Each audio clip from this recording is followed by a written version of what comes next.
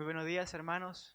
Estamos agradecidos del Señor por su misericordia en esta mañana que nos ha levantado, que ha abierto nuestros ojos a pesar de cualquier circunstancia que alguno de nosotros pueda estar viviendo. Su misericordia nos ha puesto en pie, su misericordia nos ha dado un nuevo aliento de vida y su misericordia también nos permite ahora poder acercarnos a su palabra. Así que, hermanos, les invito a que podamos ir a la epístola de Santiago, capítulo 1, versículos 2 al 4, porque vamos a estar meditando y estudiando ese texto allí en esta mañana.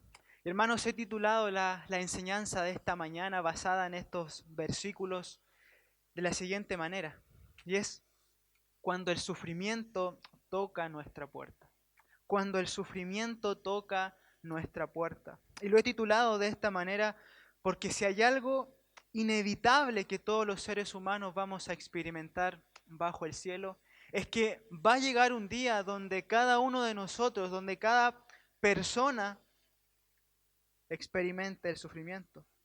Va a llegar un día donde en nuestra vida vamos a experimentar el sufrimiento. Va a llegar un momento donde el sufrimiento va a tocar nuestra puerta. El sufrimiento es una visita no deseada. Es más, no nos gusta hablar de sufrimiento porque nos puede traer malos recuerdos. La gente en el mundo dice, mejor no hablemos de sufrimiento porque podemos llamar al sufrimiento. Es sin duda una visita no deseada. Es una visita también inesperada y esa es una de las cosas que muchas veces nos pueden descolocar. No estamos esperando que llegue el sufrimiento a nuestra vida. Pero de alguna u otra forma va a llegar a nuestra vida. De alguna u otra forma el sufrimiento va a tocar nuestra puerta. Ahora, esta vida que vivimos donde es inevitable no sufrir, donde es ineludible no pasar por la aflicción, sabemos que no fue diseñada originalmente con aflicción.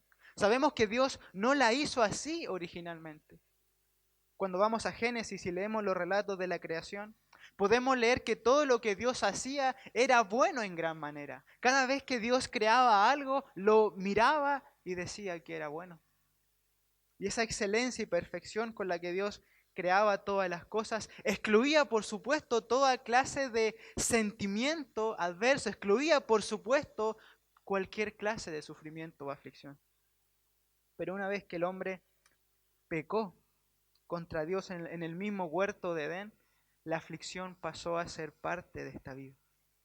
Desde ese momento el hombre comenzó a cosechar las consecuencias de su pecado. Y una de esas consecuencias tristes, lamentables, que llegaron a quedarse para no irse en este mundo caído fue la aflicción. De ahí que en el libro de Job podamos leer lo siguiente en el capítulo 5, versículo 7. Pero como las chispas se levantan para volar por el aire, así el hombre nace para la aflicción. El hombre nace para la aflicción. O que también podamos leer que David clama al Señor en el Salmo 22:11 y dice, no te alejes de mí, ¿pero por qué? Porque la angustia está cerca. La angustia está cerca. Es decir, que el sufrimiento, el dolor o la aflicción son ineludibles en esta vida. De una u otra forma, el sufrimiento está garantizado para nosotros. Por eso que el sufrimiento, tarde o temprano, tocará nuestra puerta. Entonces, hermanos, la pregunta que nos debemos hacer, si vivimos en este mundo caído por el pecado, donde ineludiblemente hay aflicción, la pregunta es, no es que si vamos a sufrir o no, sino cómo vamos a enfrentar ese sufrimiento. Si el sufrimiento ineludiblemente tocará nuestra puerta, la pregunta crucial es cómo lo vamos a recibir o qué vamos a hacer cuando el sufrimiento llegue a nuestra vida.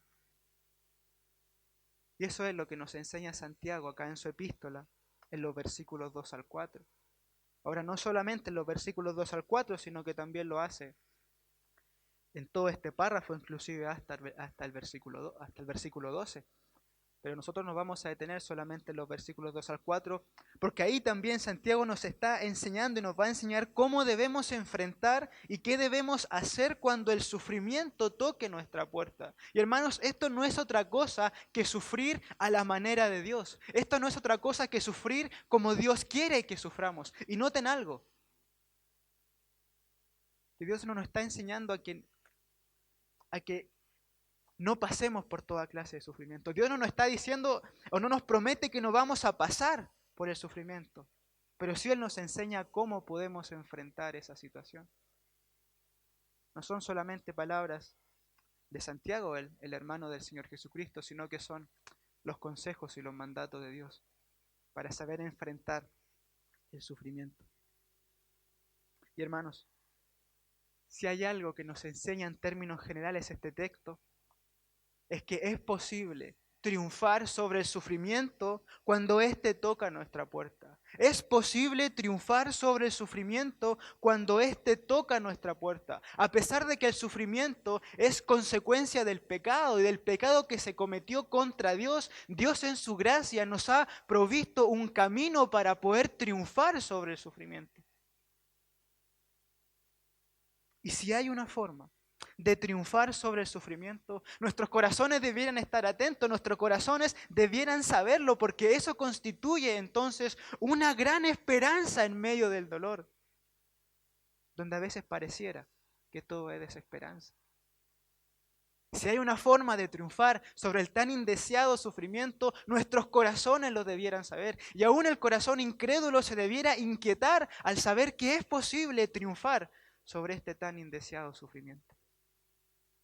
Y un ejemplo vívido de alguien que triunfó sobre el sufrimiento fue sin duda el apóstol Pablo, que pese a ser un hombre notable, fue un pecador igual que nosotros, vivió bajo las consecuencias de este mundo caído igual que nosotros. Sin embargo, este hombre derrotó, podríamos decir en estos términos, el sufrimiento.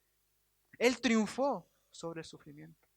Hermanos, si permítanme darles este ejemplo del apóstol Pablo, porque no estamos hablando aquí y no vamos a hablar aquí de una utopía cristiana. No vamos a hablar de un simple ideal que está lejos de nosotros, sino que es una realidad experimentable porque hubieron hombres que lo experimentaron. Hombres que triunfaron sobre el sufrimiento. Segunda de Corintios capítulo 12, versículo 7 en adelante, en el contexto allá donde el apóstol Pablo está relatando que fue arrebatado al tercer cielo y Dios le dio un aguijón en su carne, podemos ver que él triunfa allá sobre el sufrimiento.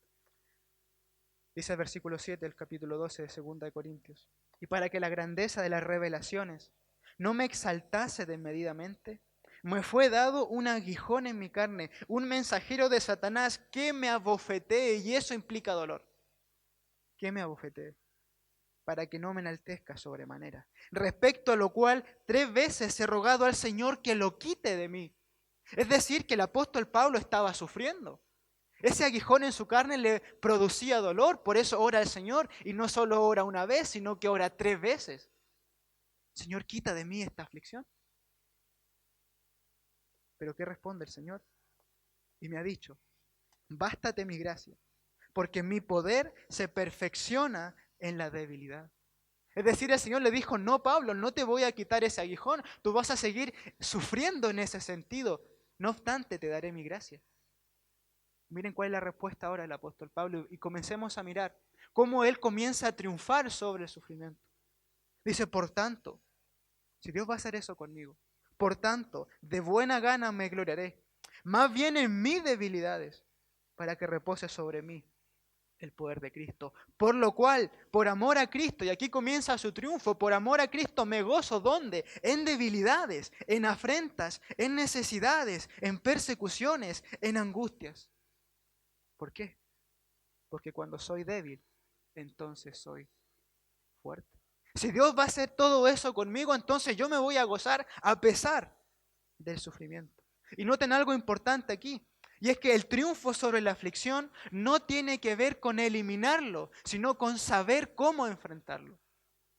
No tiene que ver con eliminarlo. El apóstol Pablo no eliminó el sufrimiento de su vida. Y pudiéramos pensar que el triunfo es eliminar el sufrimiento. Es no sufrir más.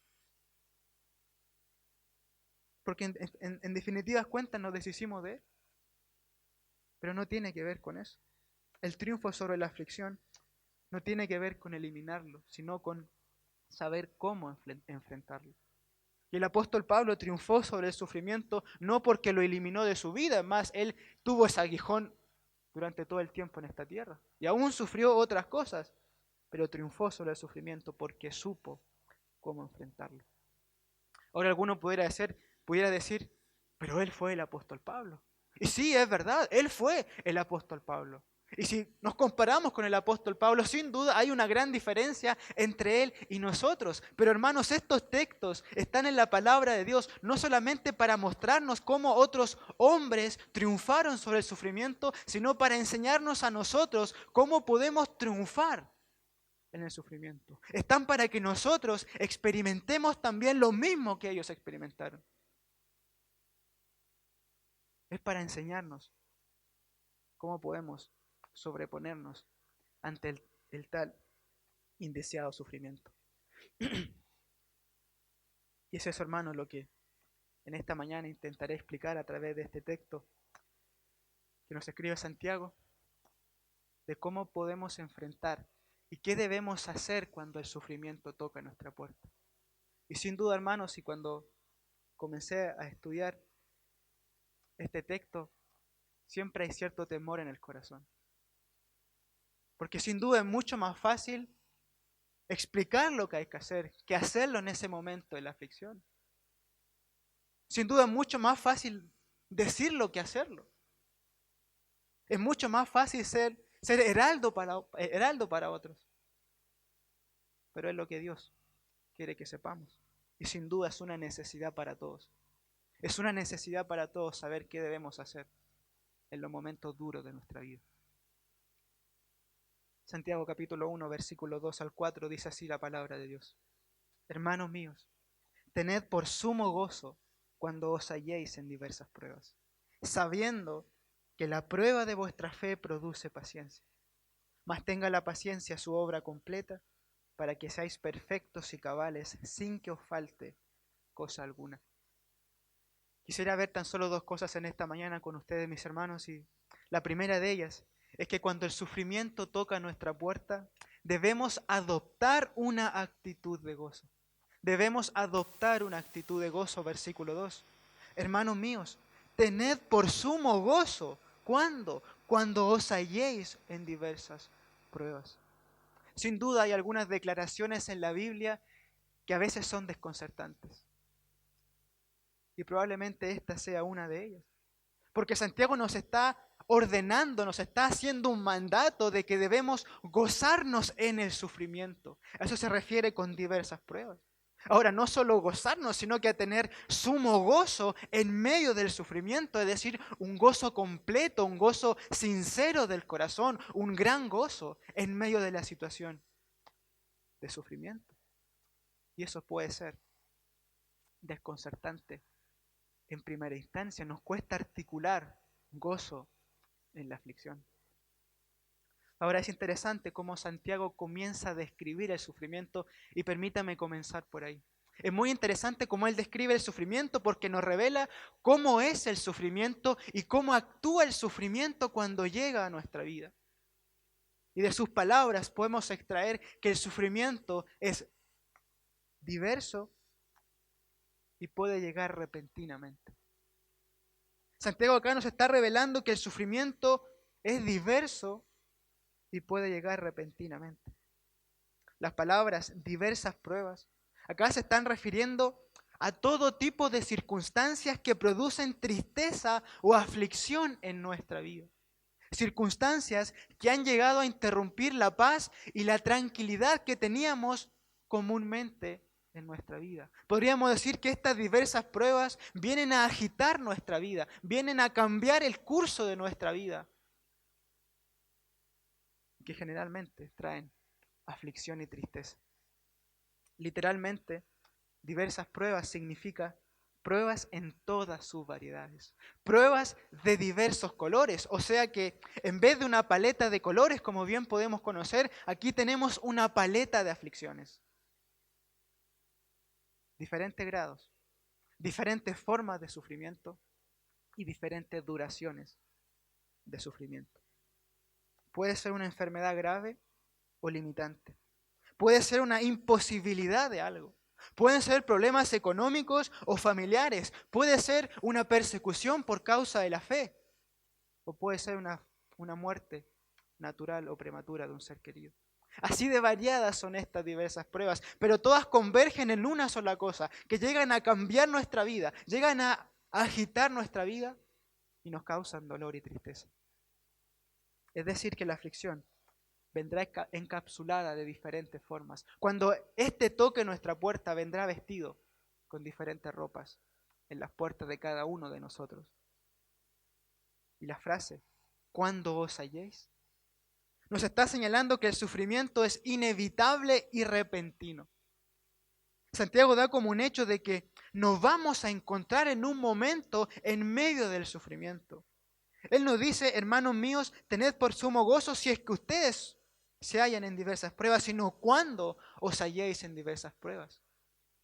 Es decir, que lo da como un hecho. Y esta palabra sola, halléis, tiene la idea acá de caer en medio o estar rodeado de algo. Es como si cayéramos en un hoyo, es como si de repente vamos en nuestra vida caminando tranquilamente y caemos en un hoyo. Es como si cayéramos en las manos del sufrimiento. Y está señalando que caer en estas diversas pruebas puede ser en cualquier momento y sin previo aviso. Por eso decimos que el sufrimiento es diverso y repentino, porque puede tocar nuestra puerta de diferentes formas y en el momento que no esperamos. De diferentes formas y en el momento que no esperamos. ¿Recuerdan a Job? Él fue un ejemplo vívido de caer en estas diversas pruebas. Una tras otra llegaron las aflicciones a su vida. Mientras uno le daba una mala noticia, llegaba otro inmediatamente y le daba otra mala noticia. Calamidad tras calamidad. Y de un momento a otro se vio rodeado de aflicción. En cosa de minutos estaba en las manos, humanamente hablando, del sufrimiento. Seguramente Job no esperó terminar aquel día de la forma en que terminó. Pero así llega el sufrimiento. Y hermanos, ¿no es así como llega la aflicción a nuestras vidas? La aflicción no avisa, la aflicción llega y nos golpea. A veces una simple llamada por teléfono, una noticia de una persona que está junto con nosotros, viene a alterar nuestra vida, viene a agitar nuestra vida. Y de un momento a otro ya estamos en medio y rodeados de estas diversas pruebas. Sin esperarlo, sin anticiparlo, nos encontramos en esa situación. Siempre recordaré cuando mi sobrina Maite enfermó, y ustedes, mis hermanos, pueden conocer esa situación. Era un día miércoles en la mañana cuando le hicieron unos exámenes para saber por qué tenía tantos moretones en sus piernas. Y el mismo día miércoles en la tarde-noche, estábamos en un hospital y la respuesta era cáncer. Y hermanos, así llega el sufrimiento a nuestras vidas. Él no avisa, Él no anticipa su llegada. Muchas veces llega y nos golpea. Él viene a alterar la vida que llevamos. Y de un momento a otro, el paraje de nuestras vidas cambia y nos encontramos cruzando el valle de aflicción. De un momento a otro, nos encontramos cruzando el valle de sombra de muerte. Pero es ahí, en el valle de aflicción, cuando el sufrimiento ha tocado nuestra puerta y ha interrumpido la paz y la tranquilidad de nuestras vidas, cuando nos ha golpeado y a veces podemos estar abrumados por la circunstancia que estamos viviendo, cualquiera sea en mayor grado o menor grado, cuando Santiago nos exhorta a que tengamos sumo gozo cuando nos hallemos en esa circunstancia. No sumo gozo en la causa de nuestra aflicción, sino que sumo gozo cuando nos hallemos en esa circunstancia. Y aunque pareciera a priori una exhortación fuera de lugar, ya está desconsiderada de Santiago, porque ¿cómo él me está mandando a que yo tenga sumo gozo cuando acabo de recibir una mala noticia? ¿Cómo él me está mandando a que yo tenga sumo gozo cuando acaba de fallecer un ser querido o cuando tengo problemas económicos o familiares? Pero aunque pareciera a priori una exhortación fuera de lugar, ya está desconsiderada. Aquí, hermanos, es donde Dios nos comienza a marcar el camino del triunfo sobre el sufrimiento, cuando éste toca nuestra puerta. Aquí es donde podemos decir que se puede comenzar a materializar ese triunfo sobre el sufrimiento. y que tiene que ver en primera instancia con un cambio de actitud. Un cambio de actitud en el sufrimiento.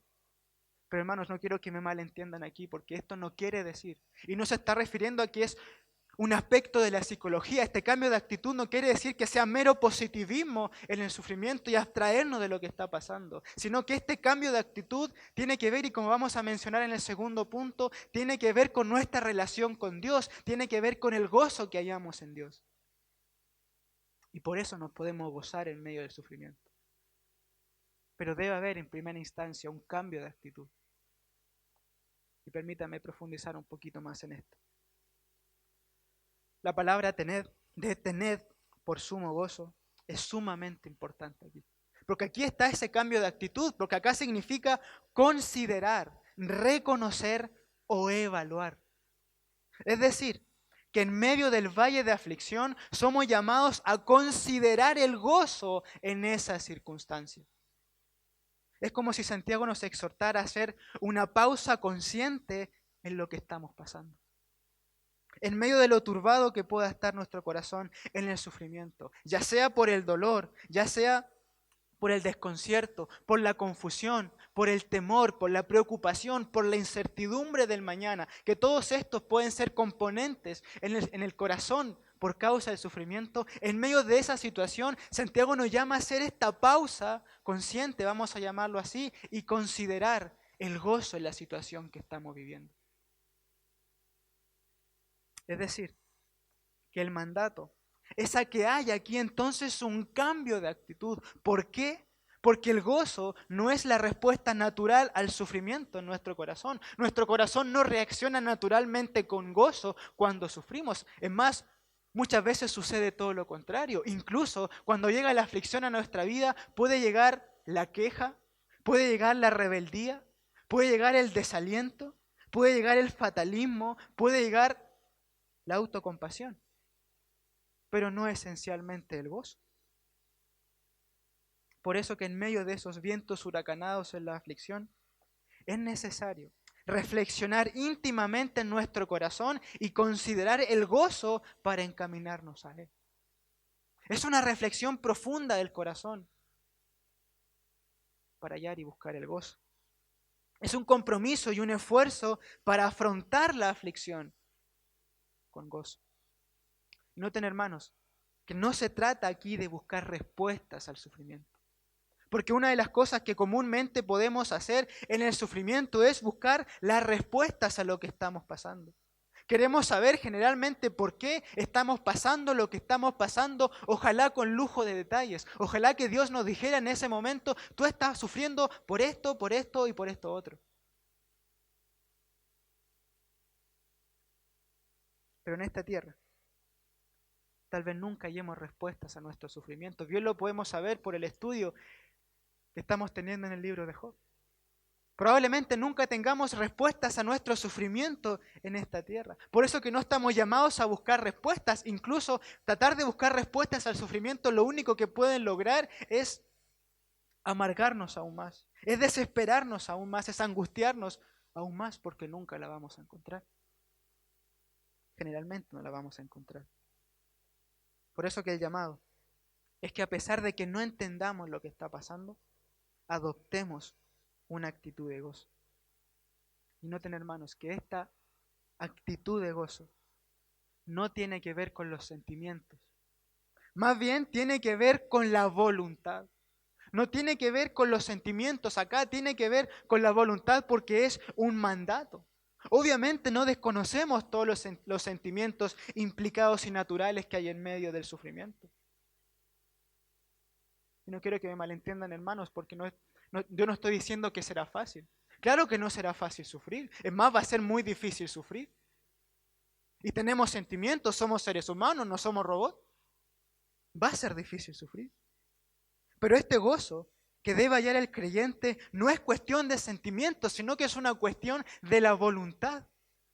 Como dijo alguien, Dios nos dio la voluntad para ser conducidos, no los sentimientos. Y hermanos, ¿se imaginan que fuéramos conducidos y gobernados por los sentimientos en medio del sufrimiento? Créanme que la vamos a pasar mal. La vamos a pasar mal. Porque un día vamos a estar arriba y otro día vamos a estar abajo, porque así son los sentimientos. Por eso, que considerar el gozo en el sufrimiento tiene que ver con la voluntad. Ahora, ¿por qué tiene que ver con la voluntad? Porque este gozo lo vamos a hallar en Dios y nuestra relación con Él. Este gozo no lo vamos a encontrar en las circunstancias, no lo vamos a encontrar en nuestros sentimientos, sino que lo vamos a encontrar en Dios y en nuestra relación con Él. Y para eso, hermanos, es necesario un acto de la voluntad, dejar de ser gobernados por sentimientos, dejar de ser gobernados por las circunstancias, elevar nuestra mirada al cielo en un acto de la voluntad y buscar ese gozo en Él. ¿Por qué? Porque fácilmente podemos ser gobernados por las circunstancias y nuestros sentimientos. Fácilmente podemos ser abrumados por lo que estamos viviendo. Pero es ahí donde estamos llamados en un acto de la voluntad a elevar nuestra mirada al cielo y considerar el gozo en Dios y en nuestra relación con Él. Es un cambio de actitud porque es dejar de ser gobernados por las circunstancias y comenzar a ser gobernados por el gozo en Dios. En esto consiste este cambio de actitud, es dejar de ser gobernados por las circunstancias y por nuestros sentimientos y comenzar a ser gobernados por el gozo en Dios y la relación que tenemos con Él. De tal manera que gozarnos en el sufrimiento significa adoptar un cambio de actitud, donde dejamos de ser gobernados por sentimientos y circunstancias y buscamos a Dios para hallar ese gozo en Él y en nuestra relación con Él. No miramos las circunstancias. Claro que no, porque las circunstancias nos están causando aflicción. Tampoco miramos nuestro propio corazón, porque nuestro corazón es voluble, nuestro corazón es cambiable, nuestro corazón también es engañoso. No miramos para afuera alrededor, no miramos para adentro nuestro corazón, sino que debemos mirar al cielo, hacia Dios. Y allí hallar ese gozo que nos va a dar el triunfo en el sufrimiento. La pregunta ahora es, ¿qué tiene que ver mi relación con Dios? ¿Qué tiene que ver mi cristianismo? ¿Qué tiene que ver mi fe en el Señor Jesucristo? ¿Qué tiene que ver mi salvación con mi aflicción presente acá en la tierra? ¿Qué tiene que ver mi relación con Dios y el gozo de esa relación con Dios con mi enfermedad? ¿Qué tiene que ver mi relación con Dios con mis problemas familiares o económicos? ¿Qué tiene que ver mi relación con Dios con que he recibido la triste noticia de una enfermedad grave o que un ser querido ha fallecido? ¿Qué tiene que ver eso? En definitiva, ¿qué tiene que ver mi relación con Dios celestial, espiritual, con mis diversas pruebas acá en la tierra? Porque a veces pareciera que no convergen, que van por caminos distintos. Pero tienen que ver en que Dios está usando esos sufrimientos, que pareciera que no tienen nada que ver con lo espiritual, para nuestro propio beneficio espiritual. Dios está usando esos sufrimientos que para nosotros no tienen que ver, pareciera que no tengan nada que ver con lo espiritual, para nuestro propio beneficio espiritual. Dios en el sufrimiento está usando el sufrimiento para nuestro propio beneficio espiritual. Y cuando consideramos eso en la aflicción, cuando vemos que Dios está usando esos sufrimientos en nuestra vida con un propósito de beneficiarnos, es cuando nos gozamos. Es ver lo que Dios hará con nosotros, más allá del sufrimiento, lo que nos permitirá gozarnos en el sufrimiento. Y esto nos lleva a nuestro segundo punto. Y es que cuando el sufrimiento toca nuestra puerta, debemos mirar más allá del sufrimiento. No solo adoptar una actitud de gozo, sino que debemos mirar más allá del sufrimiento. Y es mirar más allá del sufrimiento lo que nos va a llevar a adoptar esa actitud de gozo. Versículos 3 y 4 dice: gócense sabiendo lo que Dios está haciendo y hará en nosotros por medio del sufrimiento. Es interesante porque esta palabra sabiendo la utiliza el Señor Jesucristo en la parábola de la higuera, allá en Marcos capítulo 13, 28, donde dice lo siguiente: cuando ya su rama está tierna, hablando de la higuera, y brotan las hojas, sabéis que el verano está cerca. O sea que cuando alguien miraba los brotes de la higuera, sabía que iba a pasar algo más allá de los brotes de la higuera. Sabía que vendría, ¿qué cosa? El verano. Es como si los brotes de la higuera le estuvieran dando una señal de que iba a pasar algo más allá de ese simple brote. Simple brote. Es decir, que venía el verano.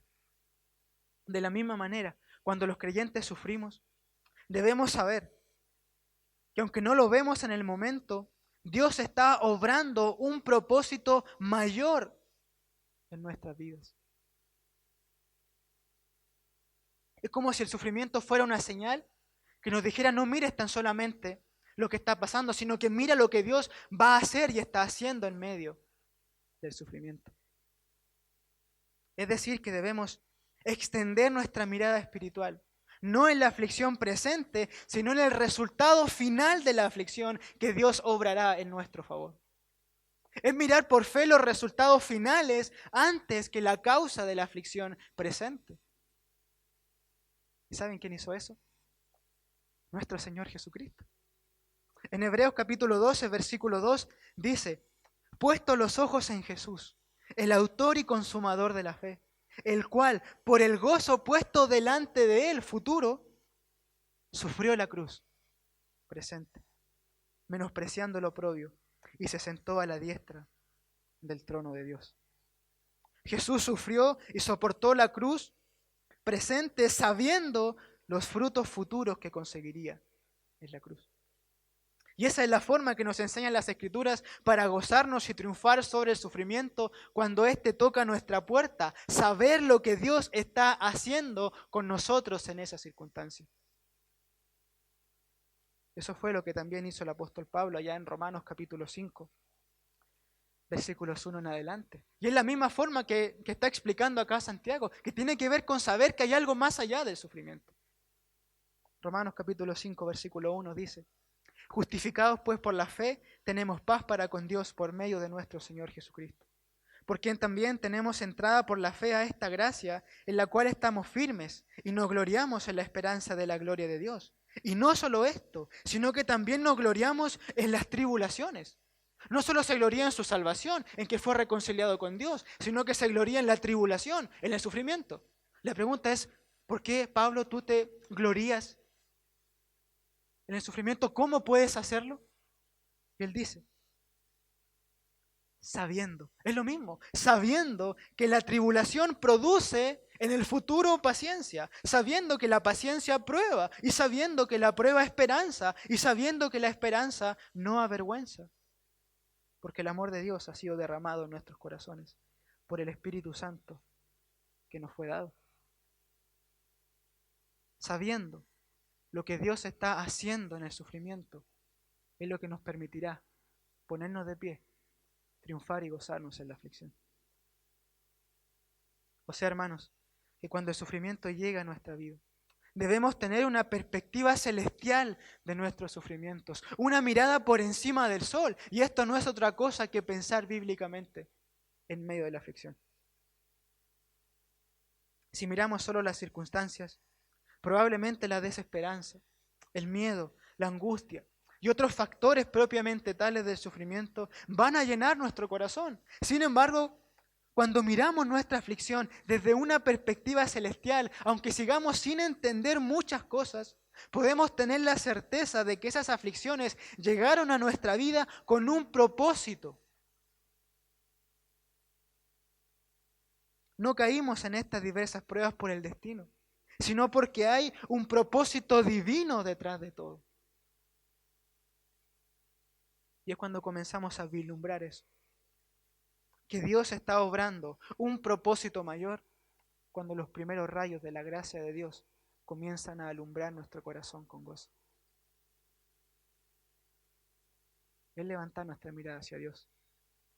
Por eso que esto nos enseña también a nosotros que cuando el sufrimiento toca nuestra puerta, lo primero que debemos hacer es elevar nuestra mirada a Dios. No simplemente mirar las circunstancias a nuestro corazón, sino que elevar nuestra mirada a Dios. ¿De dónde vendrá mi socorro?, dijo el salmista.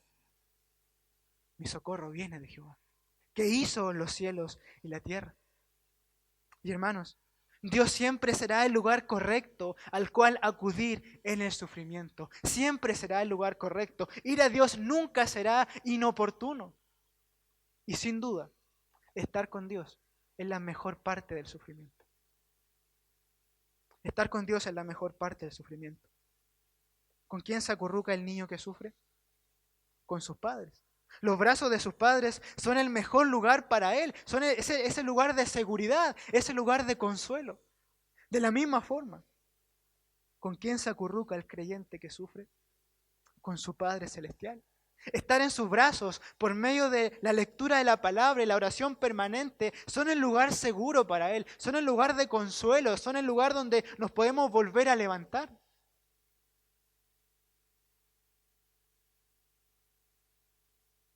Porque Él es nuestra fuente de gozo. Él es nuestra fuente de paz. Él es nuestra fuente de consuelo. Todas estas cosas que necesitamos en el sufrimiento para poder triunfar. Pero ¿dónde las hallamos? Las hallamos en nuestro Dios, elevando nuestra mirada al cielo. Y es estando con Dios. Es estando con Él en esa intimidad, en sus brazos, donde podemos comprender y ver de manera más clara lo que Él está haciendo con nosotros en medio de la aflicción. Es estando en esa intimidad donde podemos tener una perspectiva celestial de nuestros sufrimientos. Y Santiago nos revela 3 cosas acá que Dios hace en nosotros por medio de la aflicción.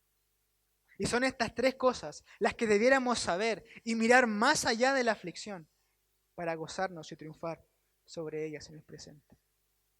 3 cosas que deben estar en nuestro corazón y en nuestra mente cuando llegue el sufrimiento a tocar nuestra puerta. Y la primera es que debemos saber que Dios está probando y confirmando nuestra fe en el sufrimiento. Versículo 3. Sabiendo que la prueba de vuestra fe. Dios está probando y confirmando nuestra fe. La palabra prueba del versículo 3 es distinta a la palabra prueba del versículo 2. Y aquí se está refiriendo a que esta prueba es un instrumento o medio que examina la fe para revelar su verdadera naturaleza. O sea que el sufrimiento es un instrumento en la mano de Dios que examina y revela la condición de nuestra fe, cuyo propósito principal aquí es confirmar la fe, no destruirla, sino que confirmarla. Eso va a decir también el apóstol Pedro, en 1 de Pedro capítulo 1, versículos 6 al 7, que el sufrimiento es un instrumento de Dios que prueba nuestra fe, pero para confirmarla. Versículo 6 de 1 de Pedro capítulo 1, en lo cual vosotros os alegráis en su salvación, aunque ahora por un poco de tiempo, si es necesario, tengáis que ser afligidos en diversas pruebas. ¿Pero con qué propósito? Para que sometida a prueba vuestra fe, mucho más preciosa que el oro, el cual, aunque perecedero se prueba con fuego, sea hallada no destruida, sino en alabanza, gloria y honra, cuando sea manifestado Jesucristo. O sea que así como el oro debe pasar por el fuego para confirmar su pureza, nuestra fe también debe pasar por la aflicción, por la fragua de la aflicción, para que sea confirmada su pureza y su genuinidad. Y noten aquí que el texto de Pedro dice que si es necesario. ¿Y necesario según quién? Y hermanos, ustedes pueden recordar un devocional que tuvimos hace un tiempo atrás en el culto de oración. Y esto es necesario según Dios. Es necesario según Dios que pasemos por la aflicción. Que nuestra fe sea aprobada por la aflicción. Pero es necesario según Dios, no para el beneficio de Dios, sino para el beneficio de nosotros. Es necesario que nuestra fe sea aprobada no para el beneficio de Dios, sino para el beneficio de nosotros. ¿Por qué? Porque Dios ya sabe cómo es nuestra fe. Dios ya sabe la genuinidad de nuestra fe. Él nos dio la fe, Él sostiene nuestra fe y Él guardará nuestra fe hasta el día de Jesucristo, dice Pedro también en este contexto. Él ya lo sabe. No es necesario para Él, pero es necesario para nosotros. Nosotros sí lo necesitamos.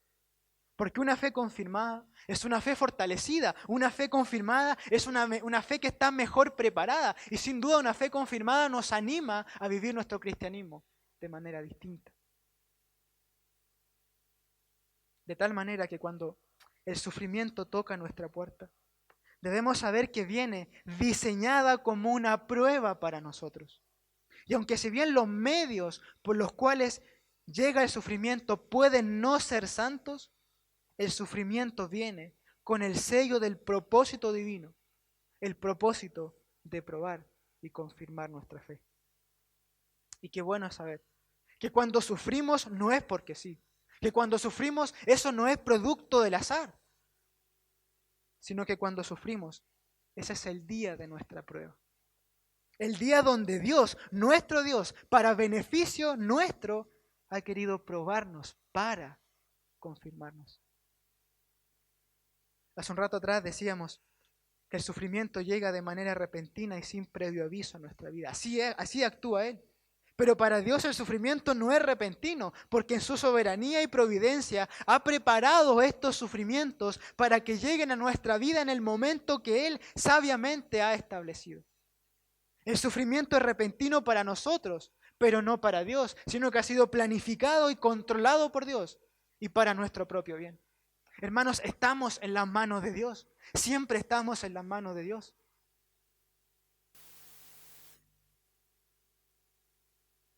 Por eso que tenemos que saber que esta prueba de Dios no tiene el propósito de destruirnos. Dios por medio del sufrimiento no busca hacernos mal, sino todo lo contrario. Él busca hacernos bien. El sufrimiento en el creyente no tiene que ver con la maldición de Dios, sino con la bendición de Dios. Porque se trata de lo que Dios está haciendo y hará con nosotros en el sufrimiento. Y esto nos lleva a lo segundo. A lo segundo que nos dice Santiago que debemos mirar o saber más allá del sufrimiento. Y es que Dios está transformándonos y fortaleciéndonos en el sufrimiento. No solo nos prueba para confirmarnos, sino que también nos transforma y nos fortalece en el sufrimiento. Versículo 3 también.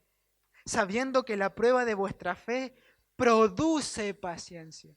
Y esta palabra produce significa crear, efectuar, elaborar algo completamente. Por eso hablamos de transformación, porque Dios está elaborando algo. Y la idea aquí es que la prueba va a continuar hasta que alcance o complete su objetivo para la cual fue enviada. ¿Qué objetivo? La producción de paciencia. Y esta palabra paciencia se puede traducir también como perseverancia, resistencia. Tiene que ver acá con una persona que está resistiendo una carga pesada, sin embargo no se deja derrotar por esa carga. La resiste, la aguanta, persevera. Por eso hablamos aquí también de una fortaleza en el sufrimiento. Ahora esta producción o elaboración de paciencia no tiene que ver tanto con la paciencia en el momento de la aflicción o la fortaleza en el momento de la aflicción, sino que aquí está apuntando más bien a que esa paciencia o fortaleza o resistencia serán los frutos o las consecuencias después de la aflicción.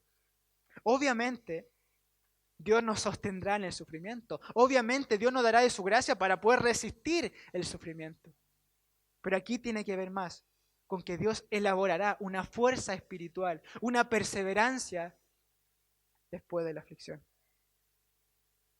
Es decir, que en el sufrimiento, Dios no solo nos sostiene para que podamos resistir, sino que también está elaborando una fortaleza espiritual que tendrá efectos duraderos más allá del momento de la aflicción. Por eso decimos que en el sufrimiento, Dios nos está transformando y fortaleciendo.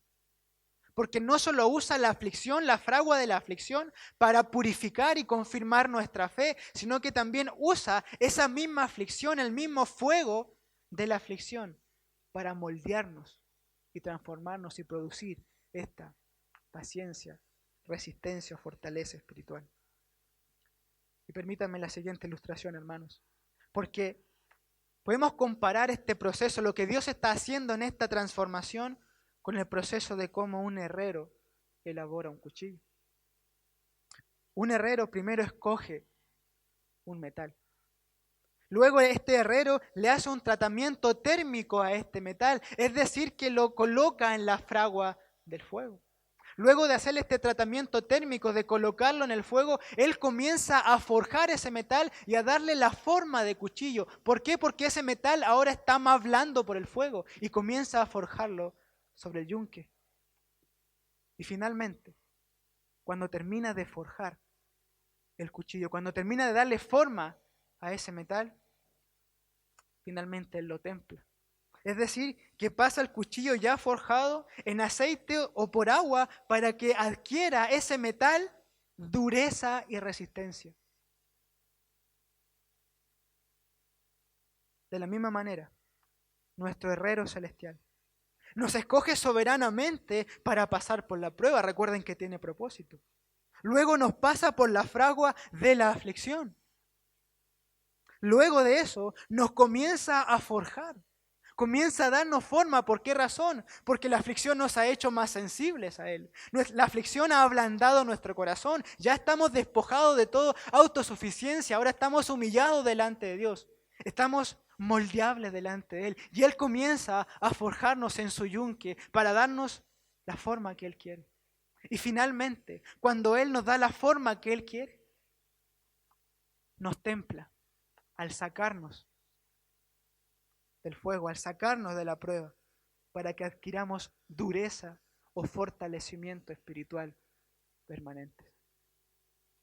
Y hermanos, si nos damos cuenta, esta es una fortaleza espiritual que probablemente no obtendríamos de otra forma, sino solo en la fragua de la aflicción.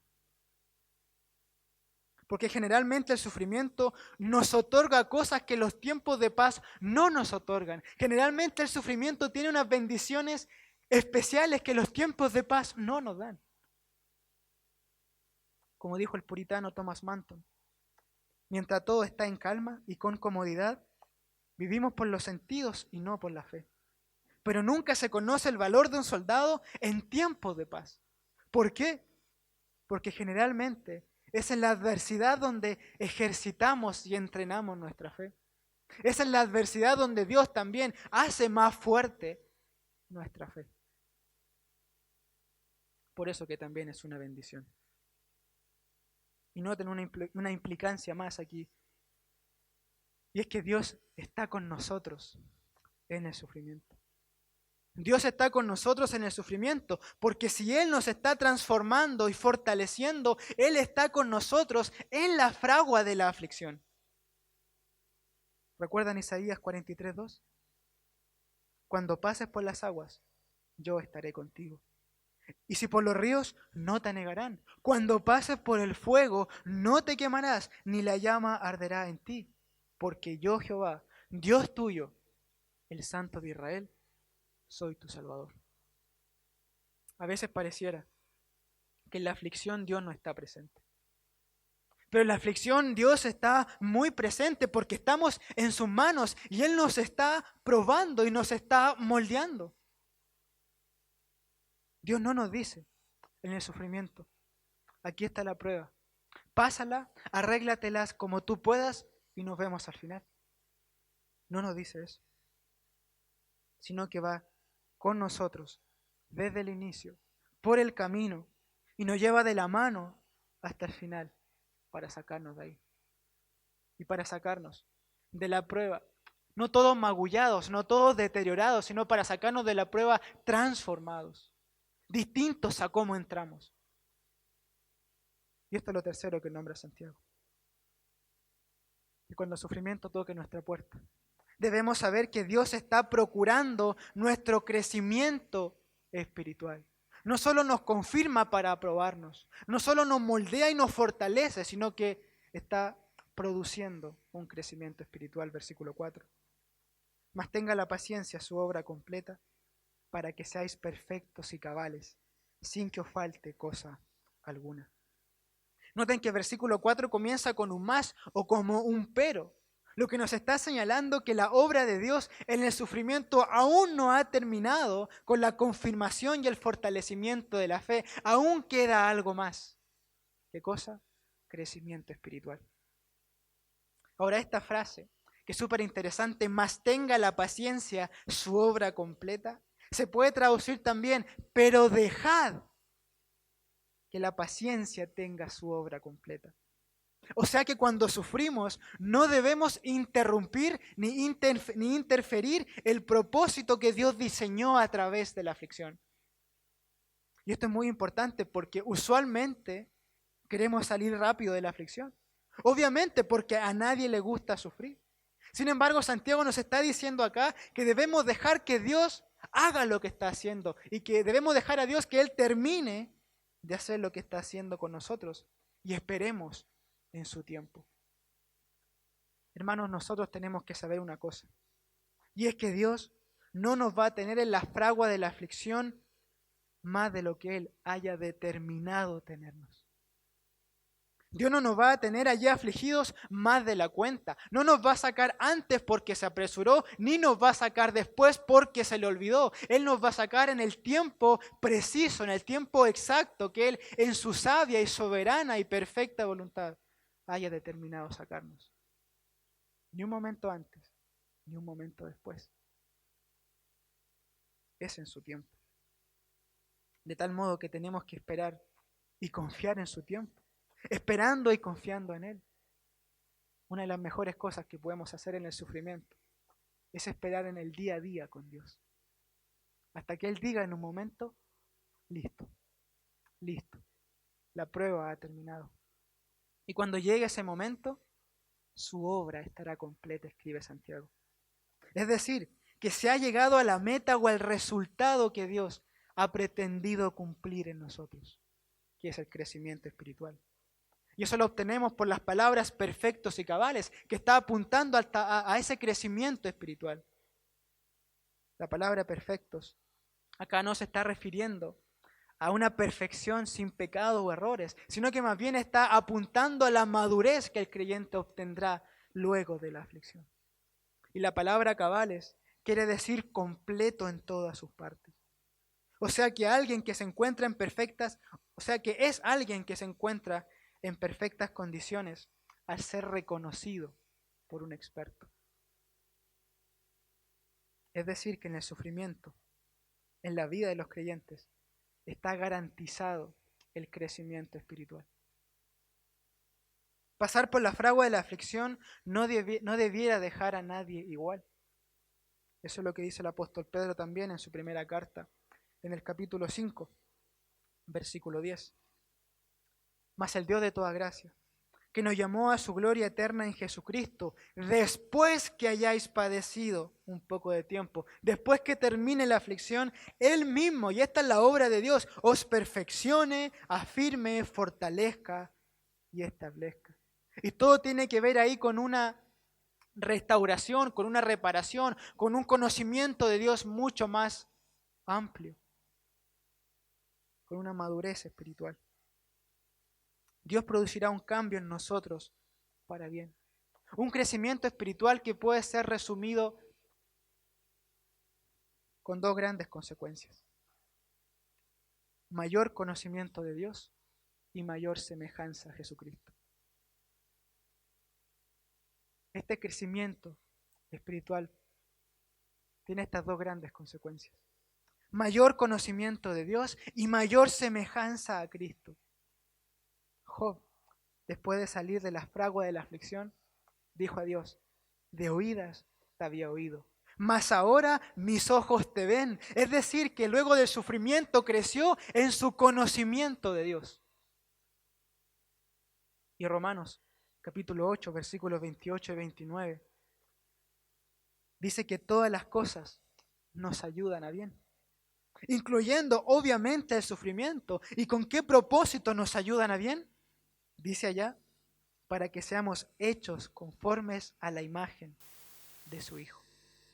Dios no desperdicia nada y usa el sufrimiento para cumplir nuestro propósito supremo, que es ser semejantes a Cristo. Él es nuestro escultor divino, que está esculpiendo la imagen de su Hijo en nosotros. Y hermanos, un escultor nunca se acerca a su obra para afearla, por decirlo de una forma. Nunca busca empeorarla, sino que busca embellecerla, perfeccionarla o mejorarla. Y eso es lo que hace Dios, nuestro escultor divino, en medio del sufrimiento.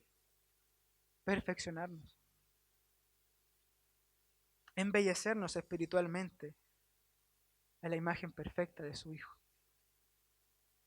De tal manera, hermanos, que son estas tres cosas las que debemos ver cuando el sufrimiento toca nuestra puerta. No solo mirar las circunstancias, no solo mirar nuestro corazón, sino que elevar nuestra mirada al cielo y decir: Dios, tú estás detrás de todo esto. Dios, tú me estás probando, pero me estás probando no para destruirme, sino que para confirmarme. Tú me estás probando, Dios, en la aflicción, para hacerme más a la imagen de tu Hijo. Tú estás produciendo en mí una fortaleza espiritual que necesito para mi vida. Tú estás haciendo todo eso. No es solamente, no es azar. Es la mano de Dios sobre nosotros en el sufrimiento. Es mirar más allá de lo que se puede ver para poder triunfar en el sufrimiento. En conclusión, cuando el sufrimiento toca nuestra puerta, para poder gozarnos y triunfar sobre él, debemos mirar más allá de lo que se puede ver. Debemos mirar por fe los resultados finales antes que la causa de la aflicción presente. Se trata de mirar a Dios, se trata de mirar más allá. Y eso es lo que nos producirá en nosotros, que nos estemos renovando espiritualmente, que pese a que podamos estar decaídos, dolidos, afligidos, abatidos, nuestro espíritu se puede renovar. Termino con las palabras del apóstol Pablo en 2 Corintios, capítulo 4, porque es precisamente eso lo que hizo él. Su hombre interior se iba renovando porque sabía que había algo más allá de la aflicción. 2 Corintios capítulo 4, versículo 16, dice: por tanto, no desmayamos, antes, aunque nuestro hombre exterior se va desgastando, el interior no obstante se renueva en día. Ahora, noten cómo el apóstol Pablo comienza diciendo por tanto, o sea, hay una causa de por qué él se renueva de día en día. Versículo 7 dice: pero tenemos este tesoro en vasos de barro, para que la excelencia del poder sea de Dios y no de nosotros, que estamos atribulados en todo, mas no angustiados, en apuros, mas no desesperados, perseguidos, mas no desamparados, derribados, pero no destruidos, llevando en el cuerpo siempre por todas partes la muerte de Cristo. ¿Pero con qué propósito? Para que también la vida de Jesús se manifieste en nosotros. Versículo 16, por tanto no desmayamos.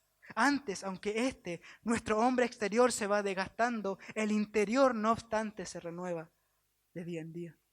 Versículo 11, porque nosotros que vivimos siempre estamos entregados a muerte por causa de Jesús. ¿Pero para qué? Para que también la vida de Jesús se manifieste en nuestra carne mortal. Versículo 16, por tanto, no desmayamos. Antes, aunque nuestro hombre exterior se va desgastando, el interior no obstante se renueva de día en día. Versículo 12, de manera que la muerte actúa en nosotros y en vosotros la vida.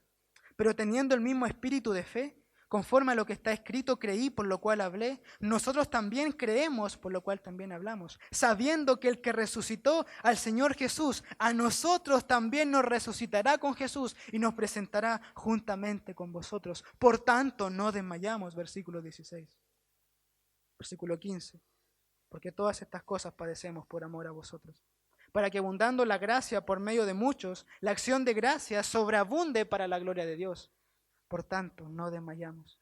Antes, aunque va desgastando, el interior no obstante se renueva de día en día, porque esta leve tribulación momentánea produce en nosotros un cada vez más excelente y eterno peso de gloria, no mirando nosotros las cosas que se ven, sino las que no se ven.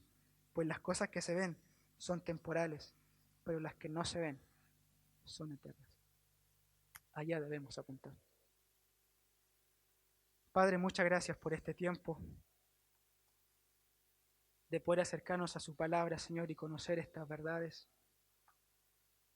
Y ruego, Señor, profundamente que usted quiera usarlas y aplicarlas a nuestro corazón. Sabemos que será difícil sufrir. Sabemos, Señor, que nuestro corazón se va a doler. Sabemos, Señor, muchas cosas que pueden pasar ahí, pero por favor, Señor, ruego, suplico a usted que estas verdades puedan calar en nuestro corazón y en nuestra mente para que cuando llegue el día de la prueba, cuando alguno esté en el día de la prueba, en este mismo momento, su Espíritu Santo lleve estas verdades a su corazón y a su mente y se pueda parar por encima del sufrimiento, no por su propia fortaleza, sino por lo que usted está haciendo ahí. Ayúdenos, Señor. Ayúdenos, por favor, a que esto esté en nuestro corazón. Lo necesitamos, Señor. Que no sea algo pasajero, sino que sea algo que nos vaya transformando. Muchas gracias por este tiempo, Señor. Bendiga su palabra en los corazones de mis hermanos. Oramos en los méritos de Jesús, nuestro Salvador. Amén.